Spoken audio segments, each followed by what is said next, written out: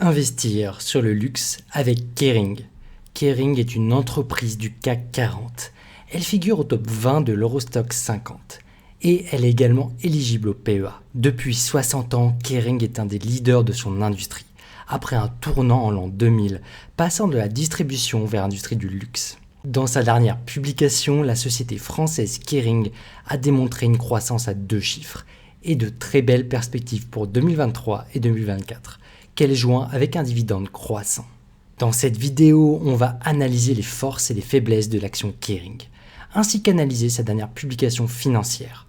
On va déterminer si son action a un bon potentiel pour un ajout dans un portefeuille de croissance ou de dividende long terme. Aussi, je te partagerai mes objectifs personnels de prix d'entrée et d'objectifs de prix cible pour son action long terme au cours de la vidéo. Hello, c'est Guillaume, je suis ingénieur en finance de marché. Aujourd'hui, je t'aide grâce à ma formation à te générer des rentes, protéger et faire croître ton patrimoine. Allez, c'est parti. Kering, c'est une capitalisation de 74 milliards d'euros. Elle fait partie des grandes capitalisations du secteur de la consommation discrétionnaire et de l'industrie du luxe. Kering est le numéro 2 mondial du luxe, juste derrière LVMH, avec ses plus de 20 milliards de chiffre d'affaires en 2022.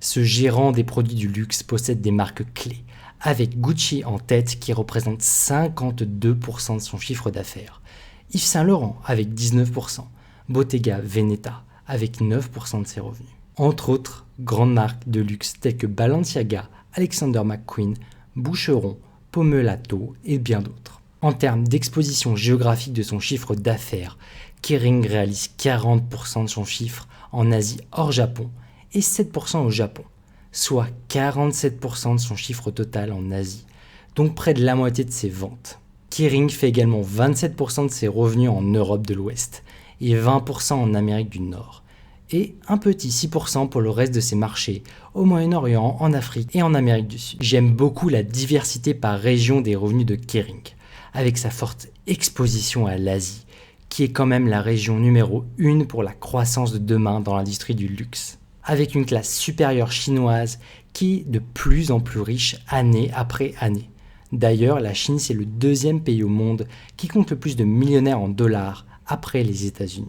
La surexposition de Kering à sa marque reine Gucci n'est pas un problème à mes yeux, car c'est un moteur de croissance et on va pas se cacher, une bonne vache à lait en termes de revenus.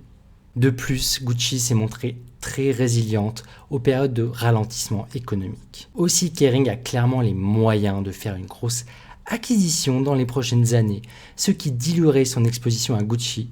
À suivre donc. Côté opportunité, les ventes e-commerce ont certes baissé en 2022 pour Kering. On peut y voir là un effet retour au magasin après les confinements gouvernementaux. Côté Asie, ses magasins au Japon et en Asie-Pacifique lui ont permis de doper sa croissance de ses ventes à plus 10% en Asie du Sud et jusqu'à 30% au Japon. Kering a là-bas une stratégie marketing bien étudiée et très performante qui lui permet de s'implanter comme une référence du luxe en Asie. Côté risque, à sa dernière publication, je vois que Kering a un peu déçu sur ses ventes en Amérique du Nord.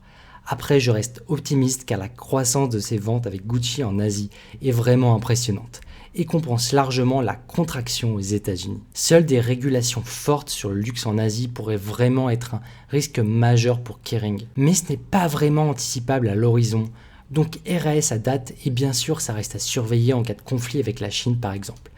Mais ça reste à date peu probable. Maintenant, un mot sur son actionnariat. 42% de l'entreprise est détenue par Artemis Group, la holding familiale du créateur de Kering, la famille Pinault. Ce qui est bien sûr très bon signe d'avoir le gérant et la famille du créateur bien positionnés au capital. Côté direction, c'est François-Henri Pinault, un HEC, qui est président directeur général de Kering. Ce milliardaire est l'héritier de François Pinault, qui a fondé cette belle entreprise française. François-Henri Pinault a une vue sur toute la chaîne de production par laquelle il a travaillé et a démontré des talents de gestionnaire avec son président de Gucci qui réalise des performances sur performances, année après année. On notera que le PDG contrôle quand même certains magazines comme Le Point et un club de foot, entre autres, ce qui permet d'asseoir l'image de marque, ce qui est clairement un appui très important pour Kering. Passons maintenant à l'analyse financière. Pour mon étude, je me base sur la dernière publication annuelle et trimestrielle du 27 avril dernier, à laquelle j'ajoute mes hypothèses de croissance sur les divisions de Kering, ainsi que mon scénario de prédilection pour les taux de change et de taux d'intérêt pour anticiper ces chiffres aux prochaines publications et déterminer mes prix potentiels d'achat pour l'action Kering. Au passage, si tu veux apprendre à développer ton patrimoine pragmatiquement pour faire croître ton argent ou te générer des revenus réguliers avec ton capital, j'ai créé une formation qui peut t'aider sur guistamp.com.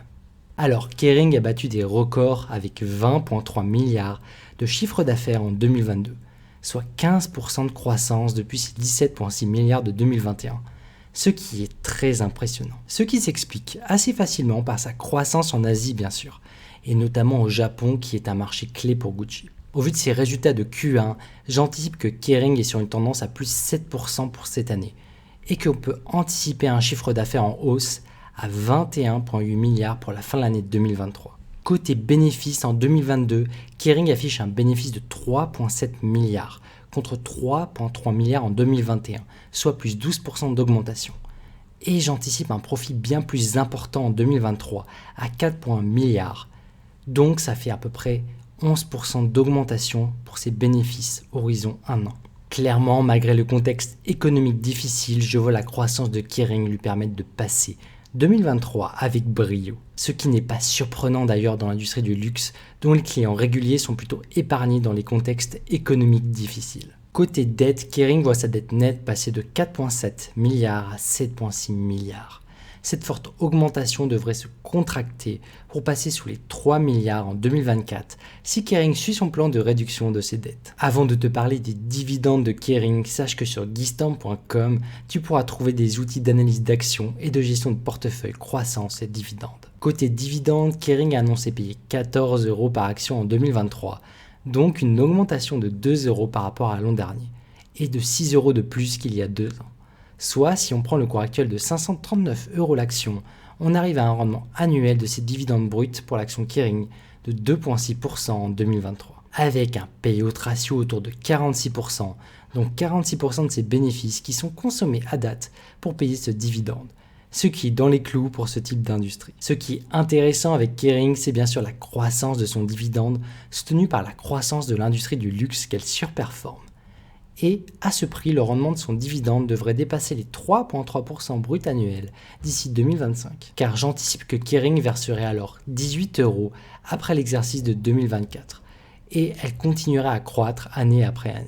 Donc une action qui verse un dividende croissant intéressant pour allier croissance de son portefeuille et anticipation d'augmentation de versement de dividendes futurs. Alors, maintenant voyons si le prix de l'action de Kering est cher par rapport à ses bénéfices, avec le PE ratio.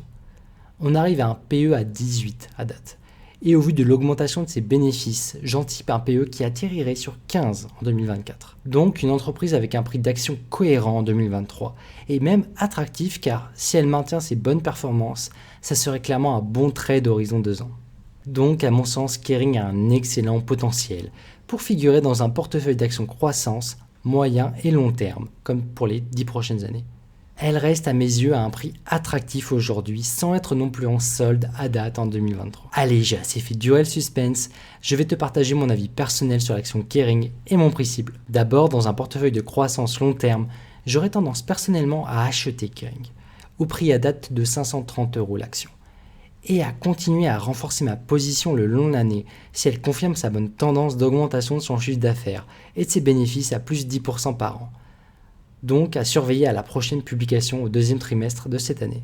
Mon objectif de prix pour fin 2023 est à 560 € l'action et mon objectif horizon 2025 est à 650 € l'action, soit un potentiel de 22% de performance en 2 ans sur son action. Dans un contexte de forte inflation et de croissance du luxe, Kering me permet personnellement un bon trade. Je pense que le risque que je prends en détenant une exposition luxe dans mon portefeuille est plutôt faible dans ces conditions. Je ne vois pas Kering descendre sous les 480 € en 2023 et 480 € pour moi c'est le prix plancher pour Kering avec mes informations à date en 2023. Donc 480 ça serait un peu un prix en solde pour Kering. Surtout que Kering a une bonne exposition sur l'Asie où j'anticipe la plus grosse croissance de l'année sur l'industrie du luxe. Sur 10 ans, je reste très optimiste sur Kering avec un objectif de prix qui dépasse les 1000 € de l'action. Donc un potentiel de x2 avec mes hypothèses, dont je ne me priverai pas. Allez, petit point transparence.